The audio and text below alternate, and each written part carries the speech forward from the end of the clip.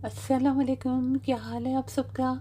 मेरी दुआ है कि आप सब खुश रहें और आबाद रहें अपने अपने घरों में। आज मैं पुलाव गोश्त बना रही हूँ। अच्छा होता है मगर मुझे बिरयानी ज़्यादा पसंद है। अपनी अपनी पसंद की बात होती है ना। और बिरयानी भी मुझे बाहर की बनी हुई पसंद आती है। बाहर से मेरा मतलब है पाकिस्तान की देगों की बनी हुई बिरयानी। मैं घर में अगर बिरयानी बनाऊँ तो मुझे इतनी अच्छी नहीं लगती है। हालांकि ठीक ठाक ही बनी होती है, मगर पता नहीं क्या बात है। तो फिर इसके बाद मुझे किसी काम से बाहर जाना था और मैंने कुछ चीज़ लेनी थी। तो फिर मैंने जल्दी जल्दी से पुलाव बनाया और उसके बाद मैं तैयार होके बाहर आ गई। खैर तैयार क्या होना है, मैं तो सादा सी तैयार होती हूँ। कपड़े बदल लिए और कोट पहन लिया, और मास्क तो आजकल लाजमी पहनना होता है। कार में रास्ते से गुज़रते हुए मेरी एक छोटी सी दुकान पे निगाह पड़ी, और वहाँ मिट्टी के बर्तन थे और रोटी रखने की चकेरें पड़ी हुई थी। हमारी टूट गई हैं और हमें काफ़ी अरसे से चाहिए थी। तो फिर मैंने काफ़ी दूर मुझे कार पार्क करनी पड़ी और पैदल चल के जाना पड़ा। तो फ्रेश एयर में मुझे बड़ा अच्छा लगा। मुझे वॉक करने का थोड़ा-सा मौका मिला। तो फिर उस दुकान से मैंने 2-3 चीज़ें ख़रीद ली, और फिर उसके बाद जिस काम से मैं जा रही थी फिर मैंने वो किया। तो आपको एक मज़े की बात बताती हूँ कि जहाँ पे ये दुकान है, बिल्कुल उसके सामने मैरिज हॉल है। और इस मैरिज हॉल से एक बहुत ही फ़नी सा वाक़या जुड़ा हुआ है। पता नहीं मुझे बताना चाहिए कि नहीं बताना चाहिए, लेकिन फिर भी मैं आप लोगों से कोई बात छुपा नहीं सकती, तो चले मैं तो बता वो देती हूँ। वाक़या कुछ यूँ है कि एक दफ़ा हमें किसी ने शादी पे इनवाइट किया। उनके बेटे की शादी थी। तो अच्छा, उन उन साहब को हम अच्छी तरह जानते नहीं थे। किसी ऑफ़िस में वो काम करते थे, तो हमारा वहाँ आना-जाना होता था। मेरे अंकल भी वहाँ जाते थे, हम भी जाते थे। तो उन्होंने जब इनवाइट किया तो उन्होंने मेरे अंकल को भी इनविटेशन दी विद फैमिली, हमें भी इनविटेशन दी। तो हमारा तो कोई इरादा नहीं था इतना जाने का, क्योंकि ज़ाहिर है उनकी फैमिली को तो इतना हम जानते नहीं थे, इतनी अच्छी जान-पहचान नहीं थी। सिर्फ़ ऑफ़िस ही में चंद दिनों की, मतलब चंद दफ़ा की मुलाकात थी, तो हमने कहा छोड़ो, नहीं जाते। लेकिन हमारे अंकल गए और उन्होंने हमें वहाँ से फ़ोन किया और कहा कि आप लोग दिखाई नहीं दे रहे हैं, क्या आप लोग आए नहीं हैं? तो हमने कहा अच्छा आप चले गए हो? कहते हैं हाँ, हम लोग तो आ गए हैं यहाँ पे। तो हमने कहा कैसी है शादी? और जैसे यूजुअल सवाल होते हैं, दूल्हा-दुल्हन कैसे लग रहे हैं? दुल्हन ने क्या पहना हुआ है? खाने में क्या है? वग़ैरह, वग़ैरह।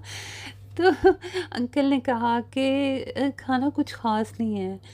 और फिर मेरी मामी ने भी बात की हमसे, उन्होंने बताया कि दुल्हन ने कुछ ख़ास नहीं पहना हुआ, कपड़ों का रंग बहुत डल सा है, वग़ैरह, वग़ैरह, जैसे कि आम तौर पे ख़वातीन बातें करती हैं। तो बस क्या हुआ, हमारा एकदम चेंज ऑफ हार्ट और माइंड हो गया, और हमने भी डिसाइड कर लिया कि हम भी जाते हैं। तो हमने अंकल को कहा कि आप वहीं ठहरिए, हम बस अभी पहुँचते हैं। तो हम झटपट तैयार हुए, हमारे साथ खाला वाले भी तैयार हो गए, और हम सारे कारों में भर के शादी में चले गए। अच्छा, अभी हम वहाँ गए तो सब लोग नए-नए दिखाई दे रहे थे, तो हमने अंकल को, उनकी फैमिली को ढूँढने की कोशिश की, तो हमें कोई भी दिखाई नहीं दिया। तो हमने कहा शायद वो चले गए जल्दी शादी अटेंड करके, शायद उन्होंने कहीं और भी जाना होगा। तो मेरी अम्मी ने कहा, मैं दूल्हे की जो अम्मी है उनसे मिल के आती हूँ। तो अब वो उनकी फैमिली को तो जानती नहीं थी, तो उन्होंने साथ बैठे जो दूसरे गेस्ट आए हुए थे उनमें से एक ख़वातीन से पूछा कि दूल्हे की अम्मी कौन-सी हैं? तो उन्होंने एक तरफ इशारा कर दिया खातून की तरफ। तो अम्मी गई, उन्हें बड़ा गले-वले लगाया, और पैसे-वैसे का जो वो लिफ़ाफ़ा लाई थी वो थमाया, और काफ़ी देर गुफ्तगू करती रहीं, फिर उसके बाद आ गईं। तो फिर उसके बाद हम बैठ के देखने लगे, तो उसके बाद जो-जो मेहमान नए-नए आते जा रहे थे, उन सारों को खाना सर्व करते जा रहे थे बारी-बारी।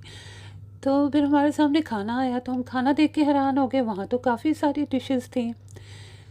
तो हमने सोचा कि अंकल ने तो हमें कहा था कि खाना एवं ही है इतना, अल्लाह माफ़ करे, खाने की बुराई नहीं करनी चाहिए, लेकिन अम, उन्होंने कहा क्या था कि हमें कि खाना इतना कोई ख़ास नहीं था।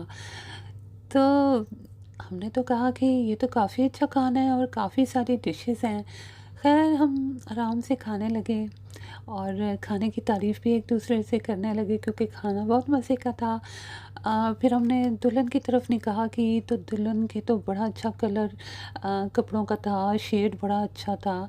ज़ेवर भी लश्कारे मार रहे थे और काफ़ी सारे उसने हेवी ज़ेवर पहने हुए थे। और जो जिन्होंने हमें इनवाइट किया था उन्होंने ज़िक्र किया था कि वो इतने अमीर नहीं हैं, इतना अफ़ोर्ड नहीं कर सकते। तो हम उस पे भी काफ़ी हैरान हुए कि दुल्हन ने तो काफ़ी ज़ेवर पहने हुए हैं, ये कैसे? तो हम बारी-बारी हर चीज़ पे हैरान हो रहे थे, लेकिन हमें समझ नहीं आ रही थी कोई बात। तो हम मज़े से रिलैक्स होके बैठे थे, खाना खा रहे थे। फिर वो जो साथ हमारी ख़वातीन बैठी हुई थीं, उनसे हम लोग बातचीत करने लगे, तो वो अम्मी से बात करने लगीं, तो वो उन्होंने कोई नया नाम लिया। तो अम्मी ने कहा कि आप क्या कह रही हैं, ये कौन है? तो उन्होंने कहा अरे ये तो दूल्हे के अम्मी-अब्बू हैं, उनका नाम है, और उनकी जो दुल्हन की हैं अम्मी, उनका नाम ये है, उनके अब्बू का नाम ये है। तो हम तो उनमें से किसी को नहीं जानते थे।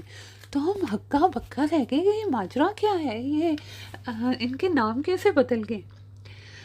तो फिर थोड़ी देर की तहकीक के बाद हमें पता चला कि ये कोई और शादी है। दरअसल वो एक मैरिज हॉल था और वहाँ चंद घंटों के लिए वो हॉल एक के लिए रिज़र्व होता था और फिर शाम के लिए किसी और के लिए रिज़र्व था, दोपहर में किसी और के लिए रिज़र्व था। और हम क्योंकि पहले ही देर से गए थे और डिले हो गए थे, तो इतने में सारा कुछ बदल गया था। और अभी ये नई पार्टी आई थी और नए नए दूल्हा-दुल्हन थे जिन्होंने हमें इनवाइट ही नहीं किया था उनकी फैमिली ने, और हम उनकी शादी में बैठ के मज़े से खाना खा रहे थे, एन्जॉय कर रहे थे, तबसरा कर रहे थे। तो फिर उसके बाद हमारी हँसी रुकते नहीं रुकती थी। तो फिर हमने कहा जल्दी से अभी क्या करें, खाना तो डाल लिया है, ज़ाया नहीं करेंगे, तो जल्दी से खाना खाते हैं तो और यहाँ से ही चलते हैं इससे पहले कि कोई पहचान ले और हमसे पूछ लें कि आप किस साइड की तरफ से आए। आप यकीन करें हमें इतनी एम्बैरेसमेंट हुई कि हम आपको बता नहीं सकते, पर ज़ाहिर है हमने ये जान के तो नहीं किया था ना।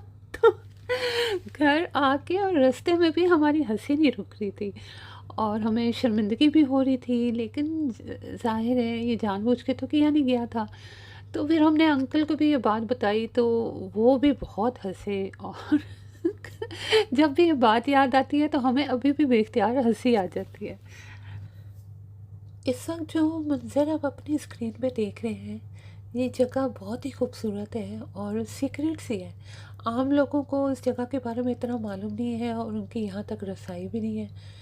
ये जगह बर्मिंघम से थोड़ी-सी बाहर की तरफ है और ये फ़ोटो चंद दिन पहले लिए गए हैं और जिस दिन लिए गए हैं उस दिन मौसम भी बड़ा प्यारा हो रहा था। कभी-कभी ऐसा होता है कि कोई चीज़ अचानक आपको माज़ी में ले जाती है। वो चीज़ कोई भी हो सकती है, कुछ भी हो सकता है, कोई मंज़र, कोई बात, खुशबू, वाक़या या फिर कोई इंसान, और आपको भूली-बिसरी किसी याद की याद दिला देती है दोबारा से। तो फिर घर में गाजरें पड़ी हुई थीं और ऐवें ही बड़े-बड़े ख़राब हो रही थी, फेंकनी पड़ती। तो हमने सोचा गाजर का हलवा बना लिया जाए। वैसे सच्ची बात आपको बताऊँ तो मुझे गाजर का हलवा कुछ इतना ख़ास पसंद नहीं है और अगर मैं खाऊँ भी तो मैं खोए वाला खाती हूँ, बाहर का बना हुआ। हमारे घर में जो आमतौर पे बनता है उसमें खोया नहीं डाला जाता, बस दूध भी नहीं डाला जाता। बस ऐवें ही चीनी डाल के, पानी डाल के बना लिया जाता है, तो मुझे कुछ ख़ास पसंद नहीं आता। हमारे ख़ानदान में एक ऐसा इंसान है जिसे गाजर का हलवा बेहद पसंद है और वो है मेरी खाला। शादी से पहले जब वो अपने अम्मी-अब्बू के घर में रहा करती थी, तो नाना जान मरहूम अल्लाह उन्हें जन्नत नसीब करे, खाला के लिए अक्सर गाजर का हलवा लेके आया करते थे। शाम को जब वॉक करके घर वापस आया करते थे वो, तो खाला देख के हमेशा बहुत खुश हो जाती थी। और अब जब भी मैं भी गाजर का हलवा देखती हूँ तो मुझे ये बात याद आ जाती है और खाला को तो ज़ाहिर है याद ही होगी, जाने वाले चले जाते हैं लेकिन अपनी प्यार भरी यादें हमेशा के लिए छोड़ जाते हैं। तो अब वीडियो का एंड है और हमेशा की तरह एक लास्ट में आपसे बात करना चाहती हूँ मैं। अच्छी बात तो सबको अच्छी लगती है। अगर आपकी कोई बुरी बात भी किसी को अच्छी लगे तो आप समझ लें कि इस शख्स के लिए आप बहुत ही स्पेशल हैं और ऐसे शख्स की बहुत कदर करें। तो फिर आज की मेरी वीडियो बस यहीं तक थी। दुआओं में याद रखिए, अपना बहुत बहुत ख्याल रखिए। जल्दी मिलते हैं किसी नई वीडियो के साथ। फ़िलहाल के लिए मेरी तरफ से अल्लाह हाफ़िज़।